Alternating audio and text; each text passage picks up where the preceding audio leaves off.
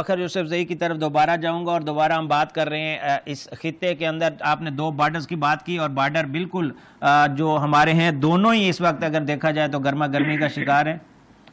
فخر صاحب آپ اب یہ بتائیے گا کہ یہ آپ کو کیا نظر آ رہا ہے، کتنے عرصے تک افغانی جو ہیں وہ اس طرح کی حرکت میں ملوث رہیں گے کہ وہ باز کیوں نہیں آ رہے؟ ان کو کیا پرابلم ہے کہ وہ سکون میں رہتے؟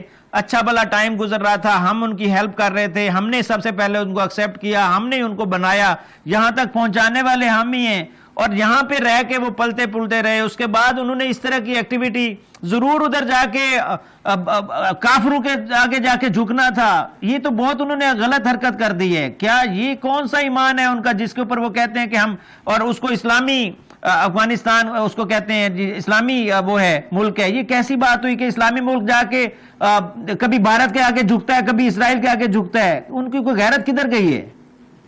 غفاری صاحب، ایک تو میرے خیال تھوڑا سا اگر ہم ہسٹوریکل پرسپیکٹو میں دیکھیں تو میرے خیال ہم نے یہ جو چیزیں کی وہ ہمیں، میرے خیال میں وہ ہمیں الٹی پڑی ہیں، ہمیں اس کا نقصان زیادہ ہوا ہے۔ فائدہ شاید کسی وقت ہوا ہوگا سوویت یونین کے خلاف ہمیں، لیکن بعد میں اس کا جو رزلٹ ہے وہ اچھا نہیں تھا۔ دوسری بات میں آپ کو بتا دوں، جہاں تک بات ہے ان چیزوں کی، میری افغان فورن منسٹری میں آج سے کچھ عرصہ پہلے جب امیر خان متقی ہندوستان گئے تھے اور ڈاکٹر جے شنکر سے ان کی ملاقات ہوئی تھی، تو وہاں کچھ لوگوں سے میری بات ہوئی۔ میں نے کہا جی پاکستان مطلب ان کا ابھی ریسنٹلی جنگ ہوئی ہے مئی میں 2025 میں، اور اس کے بعد مطلب اس طریقے کی چیزیں، تو انہوں نے ایک بات کہی کہ یہ انہوں نے کہا کہ بھائی انڈیا کے تعلقات تو باقی بھی آپ کے دوسرے دوست ممالک سے ہیں، تو ہمارے اوپر آپ کیوں یہ لاگو کرتے ہیں؟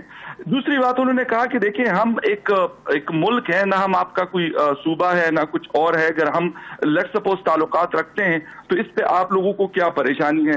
لیکن میں نے ان سے کہا کہ بھائی مسئلہ یہ نہیں ہے ہندوستان کی وجہ سے۔ میں نے کہا کہ لاسٹ ٹائم بھی جس وقت اشرف غنی صاحب پریزیڈنٹ تھے اور آپ لوگوں کے کونسلیٹ یہاں پہ ہندوستان کے بہت سارے کونسلیٹ ہوا کرتے تھے، میں کہا اس وقت بھی کافی انسرجنسی تھی ہمارے خیبر پختونخوا میں، بڑے بڑے حملے ہوتے تھے اور بڑا نقصان ہمیں ہوا تھا۔ تو میں کہا یہ کنسرنز ہیں پاکستان کے۔